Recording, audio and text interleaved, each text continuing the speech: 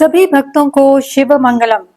श्रावण के इस शिव पुराण कथासार के पारायण में आपका स्वागत है। हम उमा संहिता का अध्ययन कर रहे हैं। इस संहिता में कुल 15 अध्याय हैं, जिनमें से पहले 12 अध्यायों का श्रवण हम कर चुके हैं। आज हम आगे के 3 अध्यायों का श्रवण करेंगे, अर्थात अध्याय 13 से अध्याय 15 तक का श्रवण करेंगे। अध्याय 13 है भगवती उमा का प्रादुर्भाव। 14वां देवी के द्वारा दुर्गम असुर का वध तथा उनके 10 महाविद्या सहित विभिन्न स्वरूपों का प्राकट्य। और 15वां देवी के क्रिया योग एवं व्रत उत्सव आदि का वर्णन। तो चलिए पाठ आरंभ करते हैं। ओम श्री गणेशाय नमः। श्री शिव महापुराण। ओम नमः शंभवाय च मयो भवाय च नमः शंकराय च मयस्कराय च नमः शिवाय च शिवतराय च। उमा संहिता। भगवती उमा का प्रादुर्भाव। मुनि बोले, सूत जी, अब आप भुवनेश्वरी उमा के अवतार का वर्णन करें, जो परब्रह्म मूल प्रकृति निराकार होकर भी साकार तथा नित्यानंदमयी सती कही जाती हैं। सूत जी कहते हैं, एक बार देवताओं एवं दैत्यों में परस्पर युद्ध हुआ। उसमें महामाया के प्रभाव से देवगणों की विजय हुई। इससे देवताओं को अहंकार हो गया और वे अपनी प्रशंसा करने लगे। उसी समय वहां एक पुंजीभूत तेज प्रकट हुआ, जिसे देखकर देवता आश्चर्यचकित हो उठे। उन्हें यह पता नहीं था कि यह श्यामा भगवती उमा का उत्कृष्ट प्रभाव है, जो देवताओं के अभिमान को चूर्ण करने वाला है। देवताओं के अधिपति ने देवताओं को उस तेज की परीक्षा करने की आज्ञा दी। सर्वप्रथम वायुदेव उस तेज पुंज के निकट गए। तेज पुंज के पूछने पर वायु देवता अभिमान पूर्वक बोले, मैं वायु हूँ, संपूर्ण जगत का प्राण हूँ, मैं ही समस्त विश्व का संचालन करता हूँ। तब उस महातेज ने कहा, यदि तुम जगत के संचालन में समर्थ हो तो इस तृण को अपने इच्छा अनुसार चलाओ तो सही। तब वायु देवता ने सभी उपाय करके अपनी सारी शक्ति लगा दी, परंतु वह तिनका अपने स्थान से तिल भर भी नहीं हटा। इससे वायुदेव लज्जित हो गए और इंद्र की सभा में लौटकर अपनी पराजय का सारा वृतांत सुनाया। तब इंद्र ने बारी बारी से समस्त देवताओं को भेजा, पर वे उसे जानने में समर्थ न हो सके। तब इंद्र स्वयं ही गए। इंद्र को आते देख वह तेज तत्काल अदृश्य हो गया। इससे इंद्र बड़े विस्मित हुए। तब इंद्र ने यह विचार किया कि जिसका ऐसा चरित्र है, मुझे उसी की शरण में जाना चाहिए। इसी बीच अकारण करुणा मूर्ति सच्चिदानंद रूपिणी भगवती उमा उनका अभिमान दूर करने के लिए चैत्र शुक्ल नवमी को मध्याह्न काल में वहां प्रकट हुई। तेज के मध्य में विराजमान परब्रह्म स्वरूपिणी महामाया ने कहा, मैं निराकार होकर भी साकार हूँ। मैं ही परब्रह्म, परम ज्योति, प्रणव और युगल रूपिणी हूँ। काली, लक्ष्मी और सरस्वती आदि संपूर्ण शक्तियां तथा ये सकल कलाएं मेरे ही अंश से प्रकट हुई हैं। मेरे ही प्रभाव से तुम लोगों ने संपूर्ण दैत्यों पर विजय पाई है। सगुण एवं निर्गुण ये मेरा 2 प्रकार का रूप कहा गया है। प्रथम रूप मायामय है तथा दूसरा रूप माया रहित है। हे देवताओं, इस प्रकार मुझे जानकर और अपने गर्व का परित्याग करके भक्ति से युक्त होकर मुझ सनातनी प्रकृति की आराधना करो। उसी समय से वे देवता अभिमान छोड़कर एकाग्रचित हो पूर्व की भांति पार्वती की आराधना करने लगे। इस प्रकार मैंने उमा के प्रादुर्भाव का वर्णन पूर्ण किया। देवी के द्वारा दुर्गम असुर का वध तथा उनके 10 महाविद्या सहित विभिन्न स्वरूपों का प्राकट्य। मुनिगण बोले, महाप्राज्ञ सूत जी, हम सब लोग प्रतिदिन दुर्गा के चरित्र को निरंतर सुनना चाहते हैं, अतः आप भगवती की अद्भुत लीला का वर्णन कीजिए।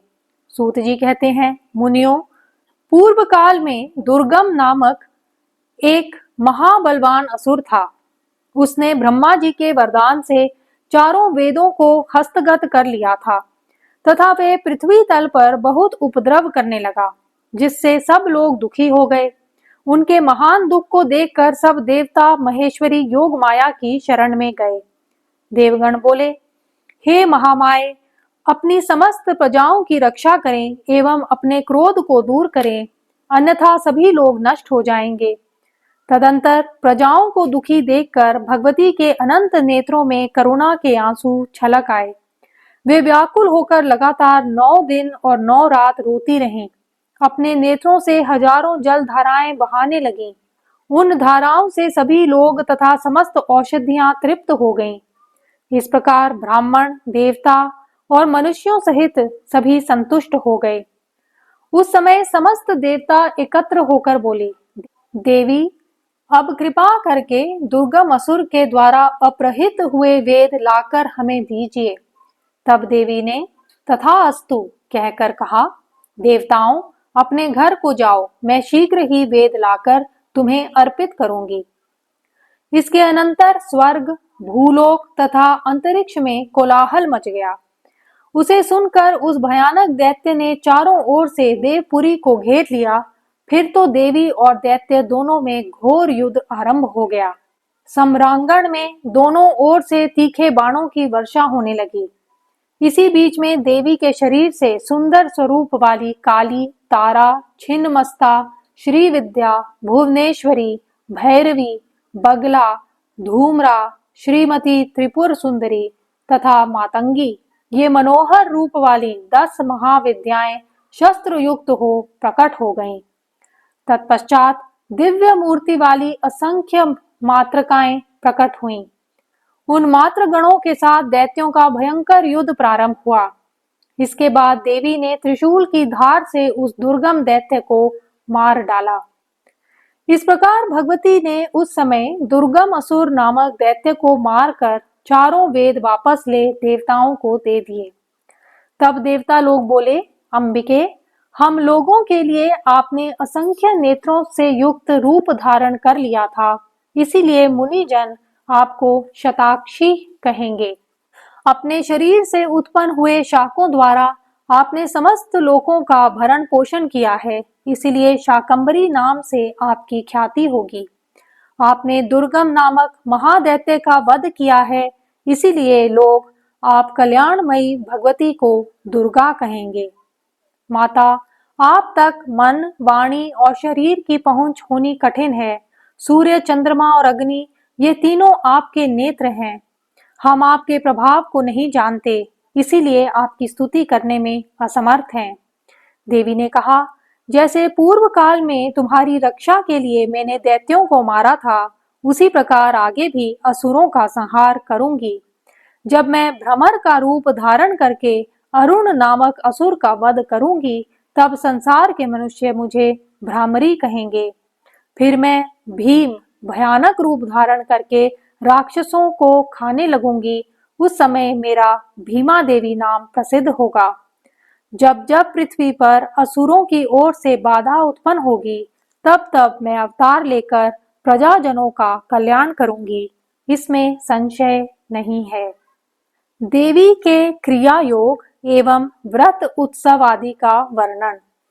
सूत जी कहते हैं, व्यास जी के द्वारा पार्वती के अद्भुत क्रिया योग को सुनने की जिज्ञासा करने पर सनत कुमार ने कहा, हे द्वैपायन, ज्ञान योग, क्रिया योग तथा भक्ति योग, यह श्री माता की उपासना के 3 मार्ग हैं।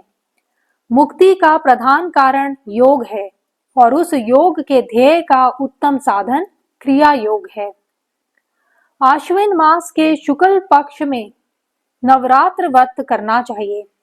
इसके करने पर संपूर्ण कामनाएं सिद्ध हो जाती हैं।